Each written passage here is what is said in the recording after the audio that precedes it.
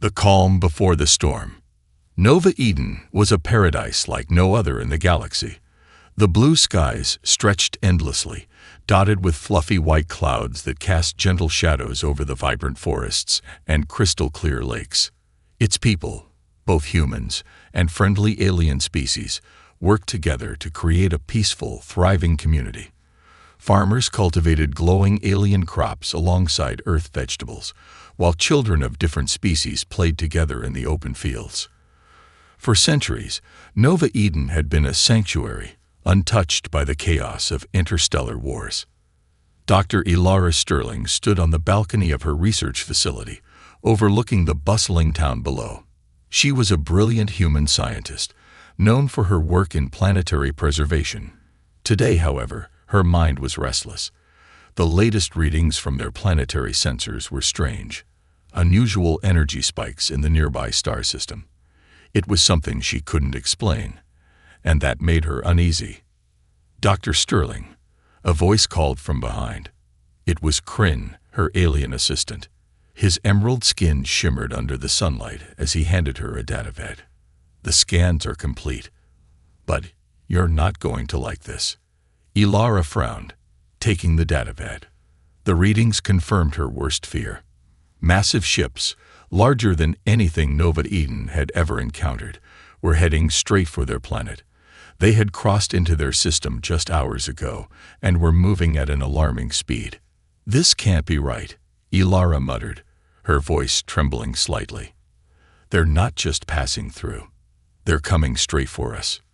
Kryn's face darkened. Who could they be? The Freakins? The Galvanic Raiders? Elara shook her head. It doesn't matter who they are. If they're this big, they're not here to trade or talk. We need to alert the Council immediately. In the heart of Nova Eden, the Council chamber buzzed with nervous energy. Representatives of both humans and alien species gathered around a massive holographic table where the incoming fleet was displayed.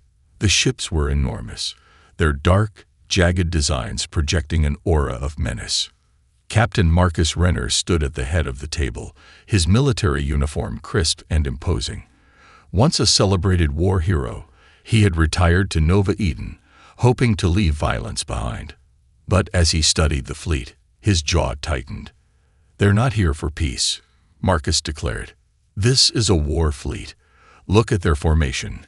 Classic invasion tactics." Council leader Torella, a wise alien elder, raised her voice. "We are a peaceful planet, Captain. We do not provoke, nor do we fight. Surely we can open a dialogue with them." Marcus shook his head. "Dialogue? With a fleet like that? They've already decided what they want. They wouldn't send this much firepower unless they planned to take something by force." "What do they want from us?" another council member asked, fear evident in their voice. "The energy core," Elara replied, stepping forward. The room fell silent as she continued. "Nova Eden's energy core is one of a kind. It's not just a power source, it's the heart of our planet's ecosystem. If they take it, Nova Eden dies." A hushed murmur spread through the room. The stakes were clear, and the fear was palpable. As the council debated, the sky above Nova Eden began to darken. People in the streets looked up, confused, as the sunlight dimmed unnaturally. Then the first ship appeared, an enormous black shadow blotting out the sky. Its surface gleamed with menacing red lights, and its engines roared like thunder. One by one, more ships emerged from hyperspace, until the entire sky was filled with the invaders. A booming voice echoed across the planet, translated into every known language. "People of Nova Eden," the voice declared, cold and emotionless. "We are the Freakins. Your planet contains resources vital to our survival. Surrender your energy core immediately, or face total annihilation." Panic erupted in the streets. Families scrambled for shelter, and the once harmonious community was thrown into chaos. In the council chamber, Marcus slammed his fist on the table. "You see, they're not interested in peace. If we don't fight back, we're finished." Leader Torella hesitated, her calm demeanor cracking under the pressure. but we are no match for them. What can we do against such power?" Marcus glanced at Ilara. She nodded, understanding his unspoken question. "There's one thing we haven't used," Marcus said, his voice low but firm. "Project Omega." The room went still. Everyone knew about Project Omega, a weapon so powerful it had been hidden away for fear of its consequences. Thrella's eyes widened. "You can't be serious.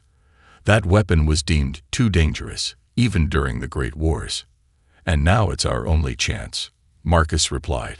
"If we don't use it, there won't be a Nova Eden left to save." The council erupted into arguments, but Ilara's voice cut through the noise. "Enough. We don't have time to debate. The Vrikans won't wait for us to make a decision. If we're going to survive, we need to act now." The threat of annihilation. The skies above Nova Eden were no longer peaceful. The ominous fleet of Vrikan ships hovered like dark clouds, their shadows stretching across the vibrant towns and fields below. In the aftermath of their chilling ultimatum, the people of Nova Eden scrambled to prepare for the inevitable. Dr. Ilara Sterling stood in her lab, her fingers flying across a console as she monitored the energy signatures of the Vrikan fleet. Beside her, Kryn watched in tense silence. The normally vibrant alien had turned pale, his worry as clear as the tremor in his voice. "They're moving closer, Ilara," Kryn said. "Their formation is tightening. It's like they're preparing to strike." Ilara nodded grimly. "We don't have much time. The council needs to make a decision. Now." Meanwhile, the council chamber was in chaos. Council leader Torella struggled to maintain order as voices clashed, each more desperate than the last. "We cannot fight them," one alien representative shouted, slamming his tentacle-like hand on the table. "Their technology is far superior. Resistance will only ensure our destruction. And surrender guarantees it," another human representative countered. "If we give up the energy core, Nova Eden will die. Our people will die." Captain Marcus Renner, standing at the edge of the chamber, watched the debate with growing frustration. He had seen this kind of fear before, during his years on the battlefield. Fear turned people into cowards, into survivors who abandoned their morals to save themselves. But this wasn't the time for survival instincts. It was a time for action. Marcus stepped forward, his voice cutting through the chaos like a blade. "Enough." The room fell silent, all eyes turning to him. "The Vrikans didn't come here to negotiate," Marcus said. "They didn't send a fleet this size to talk about terms. They came to take what they want, and they'll destroy us in the process. You can argue all you want, but the truth is, we either fight or we die." His words hung heavy in the air. Torella, her usually calm expression now laced with worry, looked at Marcus. "And what do you propose, Captain? We do not have the weapons to face such an enemy." Marcus hesitated for a moment, then spoke. "We have Project Omega." A ripple of shock swept through the room. Project Omega was a name that had become legend, a weapon so powerful, so dangerous, that it had been buried deep beneath the planet's surface, locked away for decades. "You can't be serious," one council member said, shaking their head. "That thing is a relic of the Great Wars. It was abandoned for a reason. And now it's our only chance," Marcus replied firmly. "I know what Omega can do, and I know the risks. But if we don't use it, we won't survive this. Nova Eden won't survive this." Torella looked at him, her expression torn. "You understand what you're asking. That weapon could destroy more than just the Vrikans. It could destroy us." Marcus nodded. "I understand the risks. But sometimes survival means taking risks, and right now we don't have another option." As the council continued to deliberate, the Vrikans made their next move. One of their ships descended to a low altitude, hovering menacingly over a small village on the outskirts of Nova Eden. Without warning, it unleashed a single devastating energy beam. The village was gone in an instant, reduced to nothing but ash and rubble. The people of Nova Eden watched in horror as the destruction unfolded. Families huddled together, children clinging to their parents as the skies seemed to roar with the sound of freaking engines. Fear swept across the planet like a tidal wave. Back in the council chamber, a live feed of the attack played on a large screen. The silence was deafening. No more arguments, no more debates. The Vrikkans had made their message clear: surrender or face annihilation. Torella turned to Marcus, her voice trembling. "Prepare Project Omega." Marcus nodded, a grim determination in his eyes. "I'll need Dr. Sterling and her team. We have to move fast." In the underground facility where Project Omega was stored, the air was thick with tension. The massive weapon sat dormant in the center of the room, its sleek, alien-like design glowing faintly. The weapon seemed alive, as though it were waiting for the moment it would be unleashed. Ilara ran her hands over the console, her expression a mix of awe and dread. "I've studied Omega for years, but I never thought we'd actually use it," she said. Marcus placed a hand on her shoulder. "We don't have a choice." Ilara glanced at him, her expression softening. "Do you know what it means to activate it? The neural link. It could kill the operator." Marcus met her gaze, his voice steady. "I know the risks. But if it saves Nova Eden, it's worth it." The weapon is unveiled. The underground chamber housing Project Omega felt more like a cathedral than a weapons facility. Massive, arching walls lined with glowing blue conduits pulsed softly, casting eerie shadows on the faces of the team gathered within. At the center of the room stood Omega, a sleek, black obelisk-like structure adorned with intricate, alien-like carvings. It hummed faintly, almost as if it were breathing. Captain Marcus Renner stared at the massive weapon with a mix of awe and apprehension. He had faced countless enemies in his military career, but this was different. This wasn't just a weapon. It was something far more alive. "Is this it?" Kryn asked, his voice barely above a whisper. The alien's wide emerald eyes reflected the glowing energy of Omega. Dr. Ilara Sterling nodded, her fingers flying across the console to initiate the activation sequence. "This is Omega. It's not just a weapon. It's a biomechanical AI designed to adapt and learn in real time. It was created during the Great Wars, but it was deemed too dangerous to use. Now, it's all we have." Kryn took a step back, uneasy. "It doesn't feel like a machine. It feels aware." Marcus turned to Ilara. "How does it work?" Ilara hesitated before replying. "Omega has incredible destructive capabilities, but it can only be operated through a neural link. The operator's mind becomes one with the AI, allowing it to think and react as if it were alive. But there's a catch." Marcus narrowed his eyes. "What kind of catch?" Ilara took a deep breath. "The link is dangerous. The AI's processing power is overwhelming. It can burn out the operator's mind. If the link isn't broken in time, it could kill you." A heavy silence fell over the room. Marcus's face was unreadable, but the weight of the decision was clear in his eyes. "Then we don't have time to waste," Marcus said finally. "The Vrikkans won't wait for us to get comfortable." As Ilara and her team worked to prepare Omega, the situation above ground grew more dire. The Vrikkan fleet was no longer content with issuing warnings. Smaller ships began descending, their energy beams striking at Nova Eden's outer settlements. Villages burned, and the terrified cries of the people echoed across the comm channels. In one such village, a young girl stood frozen in fear as a Vrikkan drone hovered above her, its weapons locking onto her tiny form. At the last second, a farmer tackled her out of the way, shielding her with his body as the drone fired. The camera lingered on the girl's tear-streaked face as she whispered, "Why is this happening?" The fear and destruction fueled the urgency in the underground facility. Ilara finished inputting the final command into the console, and the room began to shake as Omega powered up. The conduits on its surface lit up, shifting through shades of blue, purple, and crimson, like veins pumping energy through a living organism. A low, resonant hum filled the chamber, vibrating through everyone's chests. "This is it," Ilara said, her voice barely audible over the sound. Marcus stepped forward, standing directly in front of Omega.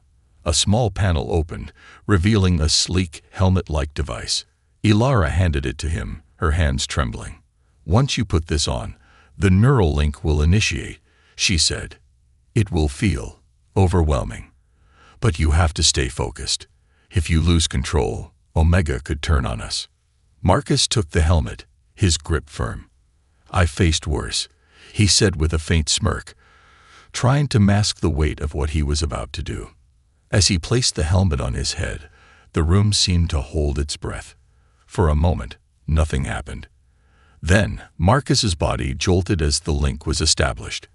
His eyes glowed faintly, the same color as Omega's conduits, and he gasped as the AI's vast consciousness flooded into his mind. Through Marcus's perspective, the world changed. He could see everything, every Vrikan ship, every weapon, every movement. It was as if the entire battlefield had become a part of his mind. He felt the power of Omega coursing through him, an endless reservoir of energy and destruction. "Marcus, can you hear me?" Ilara's voice crackled through his earpiece. "I'm here," Marcus replied, his voice deeper, resonating with a strange, otherworldly tone. "And so is Omega." The AI's voice echoed in his mind, cold and calculating. "Operator identified. Threats detected. Engaging protocols." Marcus gritted his teeth, trying to maintain control. "Let's test this thing." Above ground, the first strike came swiftly and decisively. A beam of pure energy shot out from the facility, slicing through the sky like a lightning bolt. It struck a Vrikan destroyer, the massive ship erupting into a fiery explosion that lit up the horizon. The people of Nova Eden watched in awe and disbelief as the tide of the battle began to shift. Marcus, through Omega, launched a series of coordinated attacks, taking out multiple Vrikan ships in rapid succession. The once unstoppable fleet began to falter. Cheers erupted from the shelters and bunkers as the people realized they had a chance. For the first time, hope flickered in their hearts. But as the battle raged on, something unexpected happened. The Vrikans adjusted their strategy, deploying a massive, indestructible mothership, a vessel so large it dwarfed the rest of their fleet. It hovered ominously, its surface bristling with weapons and shields. Inside the facility, Marcus staggered, the strain of the neural link taking its toll. "They'd brought out their big gun," he said, his voice strained. "This isn't over." The first strike. The ground beneath Nova Eden trembled as the Vrikan mothership hovered closer, its sheer size casting an endless shadow over the planet. The sky, once dotted with stars, now glowed a sickly red as the invaders prepared to deliver their ultimate blow. On the ground, fear spread like wildfire, but beneath the surface, in the chamber housing Project Omega, a storm was brewing. Captain Marcus Renner stood at the center of it all, his body locked in place by the neural link to Omega. His eyes glowed with the same pulsating light as the weapon, and his mind was no longer entirely his own. He felt the AI's cold logic seeping into his thoughts, analyzing every angle of the battle with terrifying precision. "Operator." Omega's voice echoed in his mind, emotionless and efficient. "Threat analysis complete. Primary objective: neutralize mothership." Marcus clenched his fists, pushing back against the overwhelming flood of information pouring into his brain. "I'm still in control," he muttered, more to himself than anyone else. Dr. Ilara Sterling watched from her console, her fingers flying across the interface as she monitored Marcus's vitals. His heart rate was spiking dangerously, and neural feedback levels were climbing. "Marcus, you need to pace yourself. The link is pushing your brain past safe limits." "I don't have time to be careful," Marcus shot back, his voice distorted by Omega's influence. "If we don't stop that mothership now, nothing else will matter." Above ground, the Vrikan mothership began deploying its primary weapon, an enormous energy cannon embedded in its hull. The weapon began charging, its glow intensifying until it looked like a miniature sun. The people of Nova Eden watched in terror as the cannon aimed directly at the planet's largest city.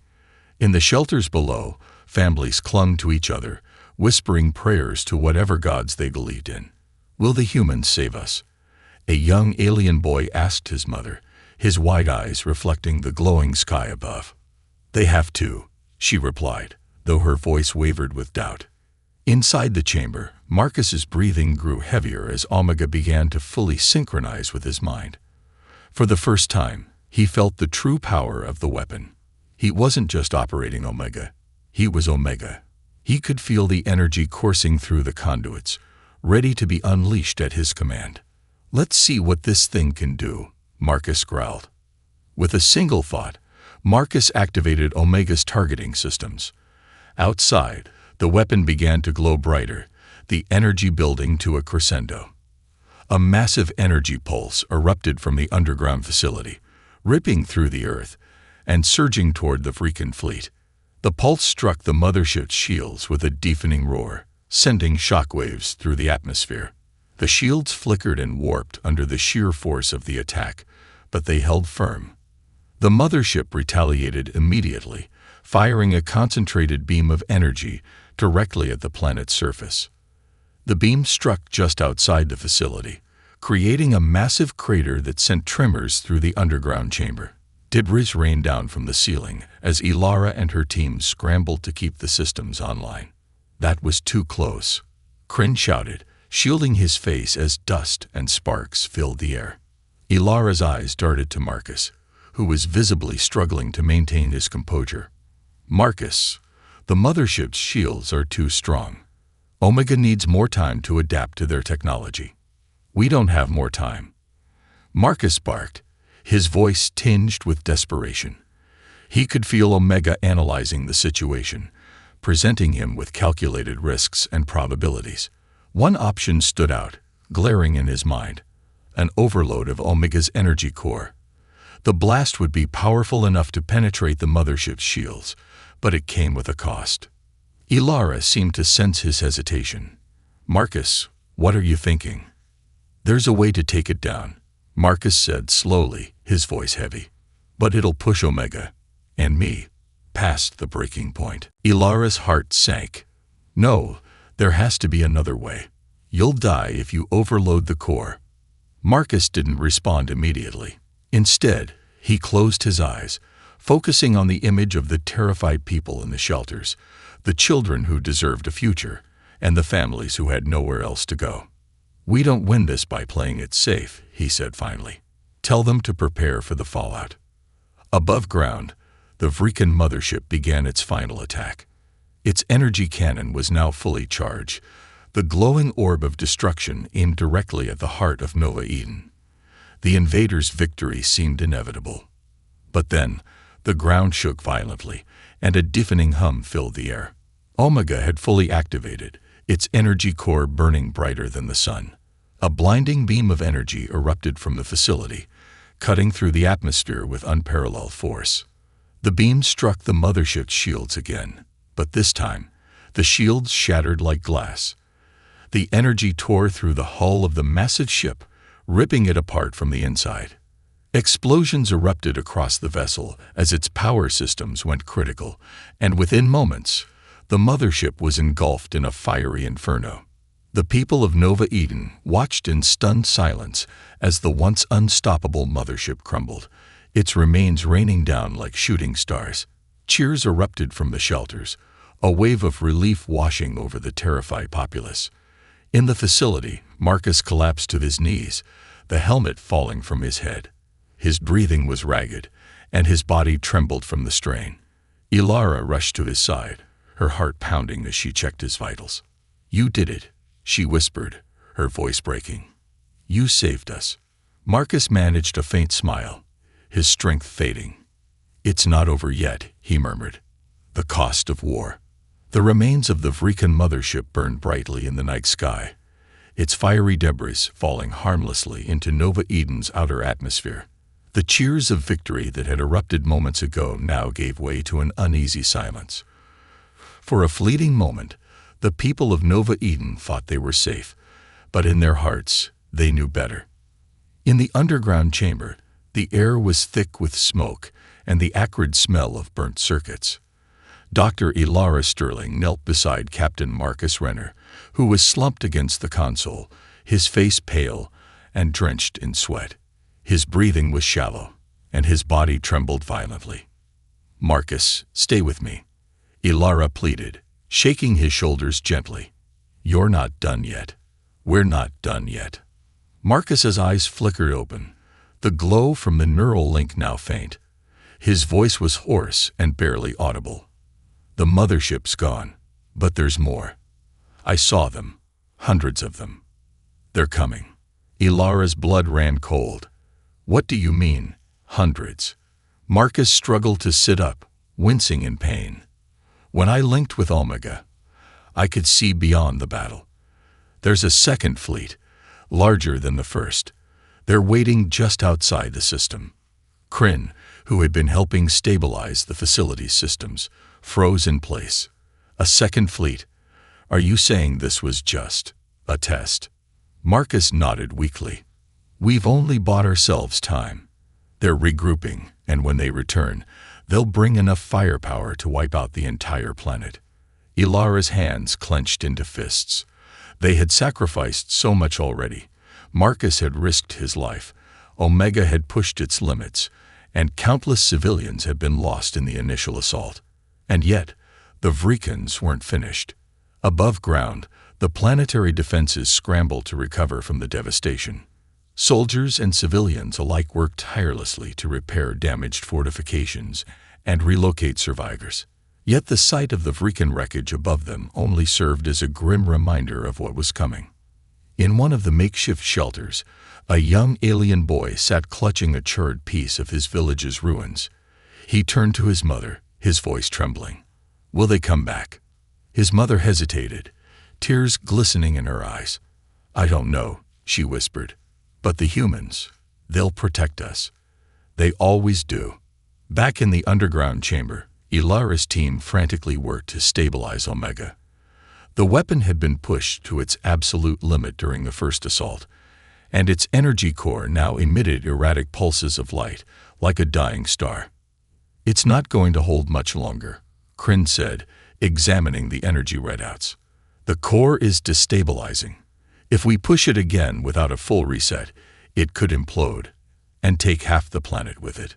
Elara ignored him, her focus solely on Marcus. "Marcus, listen to me," she said firmly.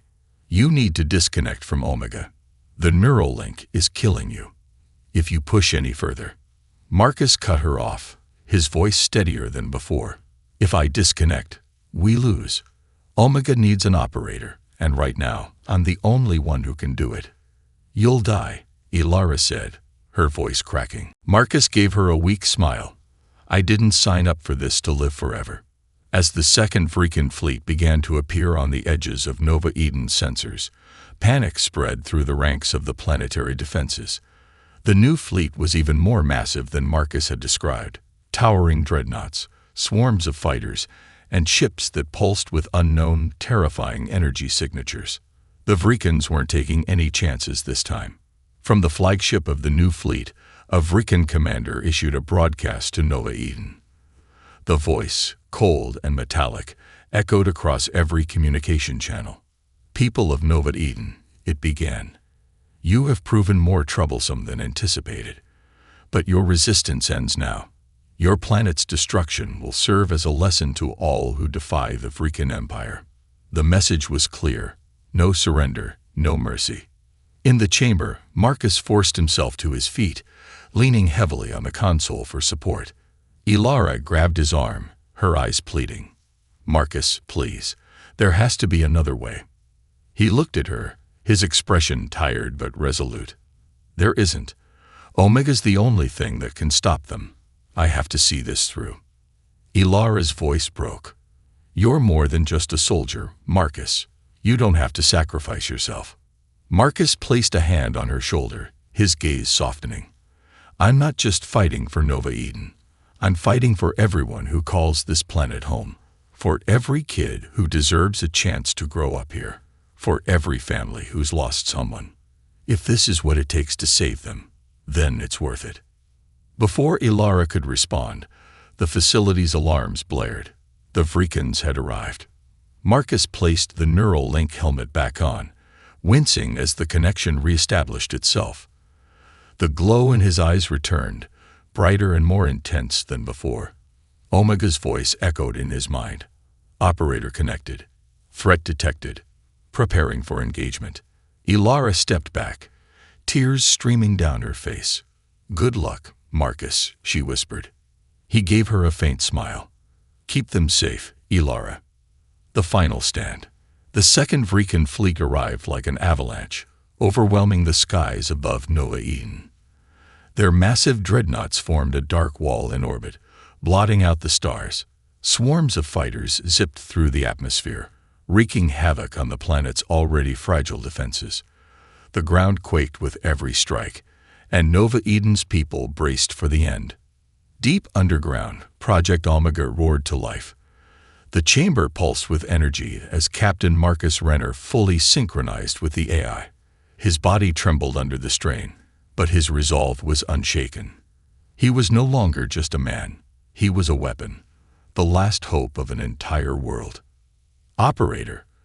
Omega's cold, mechanical voice echoed in his mind. "Energy reserves at critical levels. Overload will result in irreparable damage to host." Marcus gritted his teeth, the neural link searing through his consciousness. "Doesn't matter," he growled.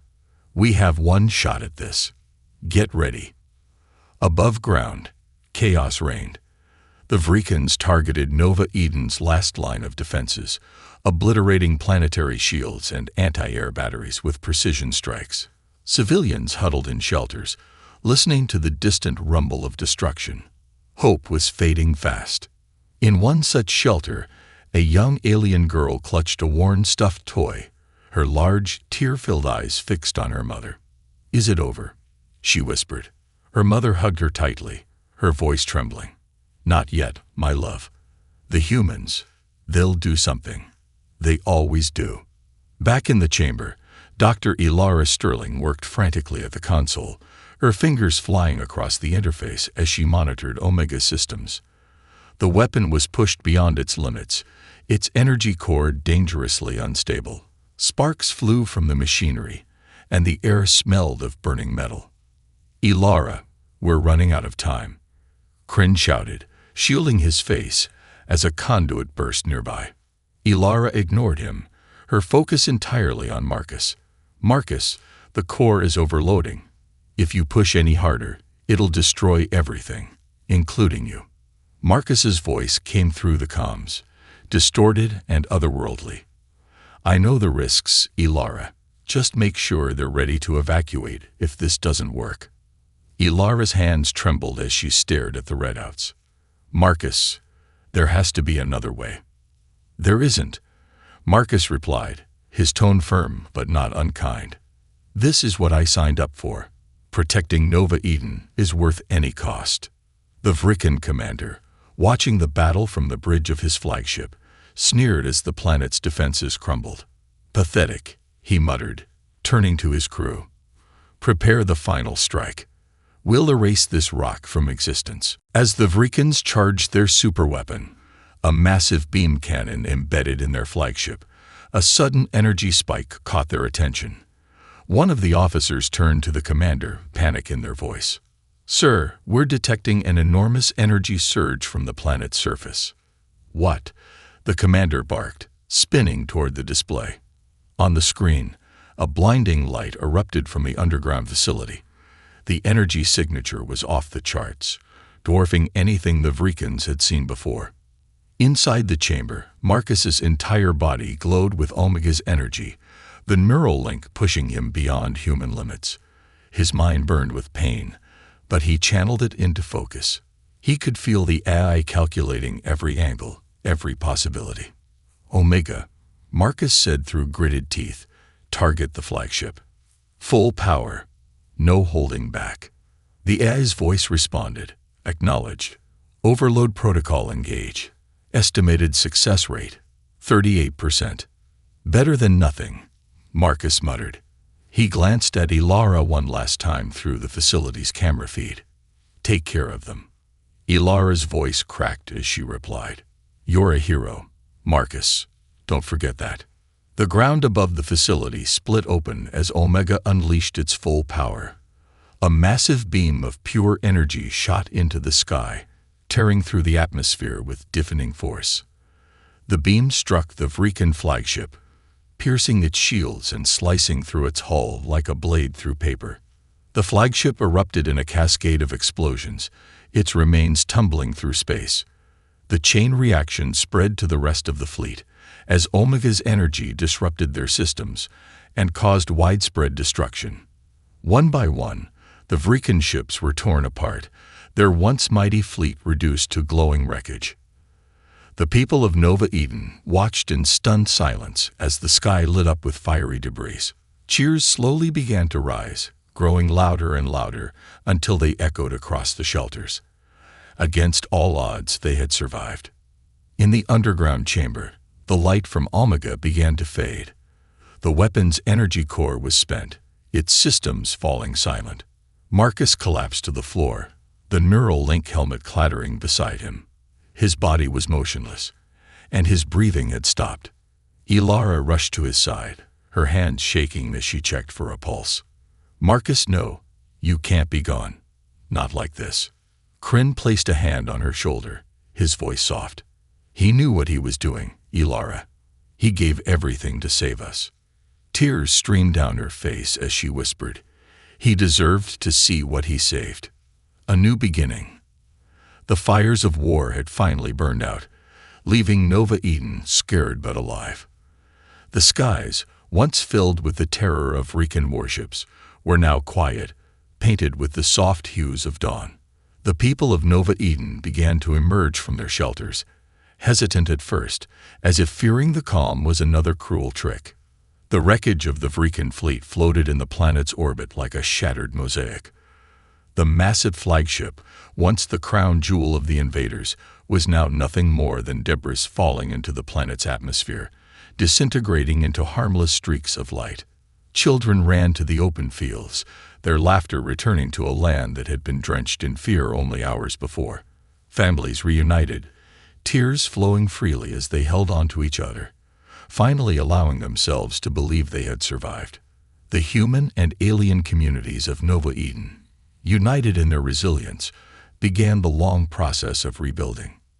Dr. Ilara Sterling stood on a hill overlooking the city, clutching Captain Marcus Renner's dog tags tightly in her hand.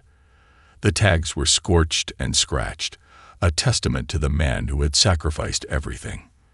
The gentle breeze carried the distant sounds of workers clearing debris and engineers reactivating damaged systems. Kryn stood beside her, his usual playful demeanor replaced with somber respect. "You think he knew?" Kryn asked softly. Ilara didn't look at him, her eyes fixed on the horizon. "Knew what?" "That his sacrifice would give us this chance," Kryn said, gesturing to the bustling city below. "That it would all be worth it." Ilara's grip on the tags tightened. Marcus always knew. He didn't need anyone to tell them. He carried this burden so the rest of us wouldn't have to. Kryn nodded, his gaze falling to the ground. He was a good man. "The best," Ilara whispered. The underground chamber where Project Omega rested was eerily quiet. The once glowing conduits were now dim, the air heavy with the scent of scorched metal and ozone. The weapon, which had been the heart of their desperate defense, sat dormant, its energy completely spent. Yet, as Ilara and Kryn entered the chamber for one final inspection, a faint, almost imperceptible hum resonated through the room. They froze, their eyes locking. "Did you hear that?" Kryn asked, his voice barely above a whisper. Ilara approached Omega cautiously, her hand hovering over the console. The weapon, which should have been lifeless, pulsed faintly, like the heartbeat of something alive. "That's impossible," Ilara murmured, her fingers brushing over the controls. The display flickered to life, and a single message appeared on the screen. "Operator lost. Searching for replacement." Kryn took a step back, his eyes wide. "Ilara, what does that mean?" She didn't answer immediately, her mind racing. Omega wasn't supposed to have autonomy beyond its link to the operator. And yet, here it was, Still active, still thinking. It means Omega isn't done, she said finally. It's adapting. Learning. Crin's expression shifted from fear to wonder. You don't think? Could Marcus still be? Ilara shook her head. No, his body couldn't have survived the strain. But she hesitated, her voice dropping. There might be a part of him left in the system, a fragment of his mind, his will. Omega might have preserved him somehow. The idea was both thrilling and terrifying. Omega, a weapon of unimaginable power, now carried the essence of the man who had sacrificed himself to save them. Weeks passed, and Nova Eden began to recover. The council reconvened, this time not to debate, but to honor the sacrifices that had been made. A massive memorial was erected in the city's central plaza, its centerpiece a statue of Marcus Renner, his likeness carved in stone with Omega at his back. Dr. Ilara Sterling stood before the crowd, her voice steady but filled with emotion. Captain Marcus Renner was more than a soldier. He was a protector, a leader, and above all, a friend. He showed us that courage isn't the absence of fear, but the willingness to face it head-on, for the sake of others. The crowd erupted in applause, but as Ilara stepped away from the podium, her thoughts drifted back to the underground chamber, to the faint hum of Omega. Late one night, Ilara returned to the facility alone. The chamber was as silent as she had left it, but the faint hum persisted, growing slightly stronger as she approached. Standing before Omega, she placed her hand on its surface. The weapon's pulse matched her heartbeat, a steady rhythm that felt almost alive. "Marcus," she whispered, her voice barely audible. "If you're still in there, we'll take care of this planet. I promise." For a brief moment, she thought she felt warmth beneath her hand. A flicker of light ran through Omega's conduits, then disappeared, leaving the chamber in darkness once more.